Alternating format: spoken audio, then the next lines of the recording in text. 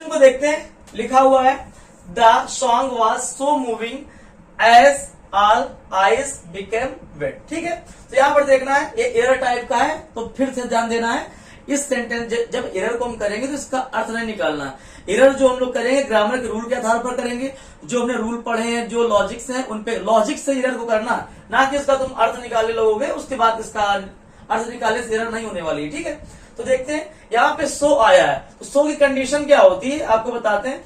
सो की कंडीशन होती है कि सो के साथ क्या होता है, एक एज भी आता है। ठीक है, और सो के साथ क्या होता है हमारा दैट भी आता है। दो चीजें आती है सो के साथ, एक बार सो के साथ एज आता है और सो के साथ दैट आता है। एक और चीज देखते हैं, एक एज के साथ साथ एज भी आता है। तो ऐसा नहीं कि हम सो को ही देखेंगे, यहाँ पे सो आया है, यहाँ पे एज आया है, तो क्या ये सो एज की कंडीशन जो लिखी हुई है क्या सही है।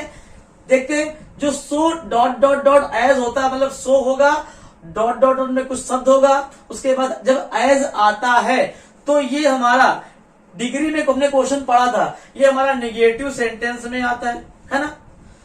जो एज आता है ये डिग्री की पॉजिटिव सेंटेंस में आता है। जब हम पॉजिटिव डिग्री कंपेरेटिव में चेंज कर रहे थे तो वहां पे जो टेंस की पहचान होती है, अगर कहीं सो डॉट डॉट एज लिखा मतलब कि निगेटिव सेंटेंस में ही सो एज का प्रयोग करेंगे, एज का प्रयोग हम पॉजिटिव सेंटेंस में करेंगे। फिर आता है हमारा सो के साथ एक कॉम्बिनेशन बनता है दैट का। तो देखते हैं, तो क्या है द सॉन्ग वॉज, यहाँ पे कोई निगेटिव सेंटेंस है। जब सो एज का आया है तो क्या कोई निगेटिव सेंटेंस है, तो सो को लेना है एज को लेना है, तो निगेटिव तो है नहीं, तो क्या करेंगे सो के साथ दैट क्या करेंगे एज हम क्या करेंगे दैट का प्रयोग करेंगे, क्योंकि सेंटेंस पॉजिटिव है और पॉजिटिव में या तो एज आना चाहिए, लेकिन आया है सो के साथ एज, तो सो के साथ एज निगेटिव में आता है, तो यहाँ पर एज एक गलत लिखा हुआ है, सो के साथ दैट का प्रयोग करेंगे, इसलिए क्या होगा हमारा सी आंसर सही हो। तो देखते हैं, लिखा है he has hardly some near friends. तो यहाँ पे पढ़ना है, यहाँ पर सम की बात हो रही है, हमने सम का यूज बताया कि सम का प्रयोग करते हैं पॉजिटिव सेंटेंस में, अफर्मेटिव सेंटेंस में, और कुछ की मात्रा को बताने के लिए एक हमारा होता है एनी, एनी का प्रयोग करते हैं हम लोग निगेटिव सेंटेंस में करते हैं, ये आपको पता है, हमने बताया भी है। ठीक है, तो लेकिन तो क्या सही लिखा हुआ है he has hardly some near friends. तो यहाँ पर एक बात है, यहाँ पे सम को हमने अंडरलाइन किया, सम की जगह क्या करेंगे फ्यू क्लोज करेंगे, या मैनी नियर करेंगे, या नो इम्प्रूवमेंट रिक्वायर्ड NIR करेंगे, या कोई इम्प्रूवमेंट नहीं है, सही लिखा हुआ क्या ऐसा है, या क्या एनी क्लोज होगा। तो देखते हैं सेंटेंस में he has hardly some near friends. यहाँ पर एक वर्ड हार्डली यूज हुआ है, जो क्या होता है उसका मतलब होता है मुश्किल से, जो एक प्रकार का कैसा है, जो एक प्रकार का निगेटिव वर्ड है। ठीक है, तो यहाँ पे थोड़ा ध्यान देने वाली बात है, जब इस प्रकार के शब्द आते हैं हार्डली आ गया, और हम लोग वही समझ रहे हैं कि यहाँ पे हम लोग की थीम क्या होती है कि नॉट को ही निगेटिव समझते हैं कि ही हैज नॉट लिखा होना चाहिए था, तो हम समझ जाते हैं कि यहाँ नॉट लिखा हुआ है, निगेटिव सेंटेंस है।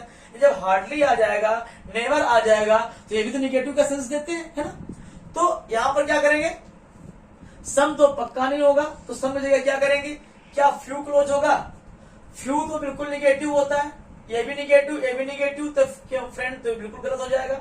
मैनी क्लियर नियर होगा, नियर फ्रेंड कभी होता नहीं, मैनी का प्रयोग के पास सही हो सकता था, लेकिन नियर फ्रेंड नहीं होता, होता क्लोज फ्रेंड ही है। ठीक है, तो ये तो बिल्कुल गलत लिखा हुआ था पहले से ही, तो गलती थी। इंप्रूवमेंट तो करना ही करना है, तो बचा क्या हमारा पार्ट एनी क्लोज, और हम लोग जानते हैं एनी का जो होता है हमारा नेगेटिव सेंटेंस में प्रयोग होता है कुछ मात्रा बताने के लिए। ठीक है, काउंटेबल या अनकाउंटेबल नाउन दोनों तरीके में हो सकता है। तो देखते हैं he has hardly some any close friend.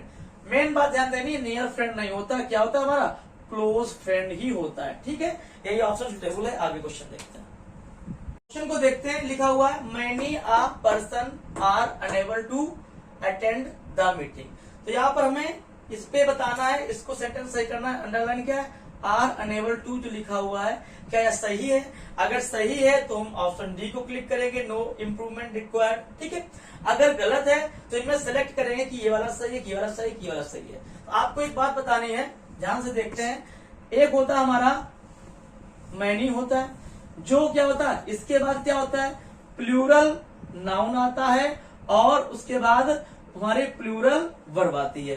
फिर एक होता है हमारा मैनी, ए या एन, इसके साथ हमारा सिंगुलर नाउन आता है और इसके बाद सिंगुलर हमारी वर्ब आती है। तो ध्यान देंगे यहाँ पे लिखा हुआ मैनी ए लिखा हुआ है, तो यहाँ पर प्लूरल नाउन पर्सन तो सिंगुलर नाउन है, देखते हैं। तो यहाँ पर देखते हैं आर लिखा हुआ है, तो आर नहीं हो क्या होगा, जब मैनी ए आता है तो सिंगुलर वर्ब का प्रयोग करते हैं, मतलब क्या करेंगे, इज का प्रयोग करेंगे। तो देखते हैं यहाँ आर लिखा हुआ है, यहाँ पर आर लिखा हुआ है, ये सी ऑप्शन जो हमारा है यहीं पे इज लिखा हुआ है और यही हमारा ऑप्शन सही हो जाएगा। दूसरी बात क्या देखते हैं, हमने एक पढ़ा है कि अनेबल के साथ हमेशा टू लगता है, टू प्रीपोजिशन आता है, ना कि ऑफ आता है, एट आता है, टू इज द राइट। तो दोनों तरीके से सेंटेंस को हम लोग कर सकते थे, लेकिन कॉन्सेप्ट ये है कि मैनी के बाद प्लूरल नाउन और प्लूरल वर्ब और मैनी ए या एन के बाद सिंगुलर नाउन और सिंगुलर वर्ब। तो इसी प्रकार से वीडियो को देखते रहिए, चैनल को लाइक करिए, शेयर करिए, सब्सक्राइब करिए। Thank you guys, thank you very much.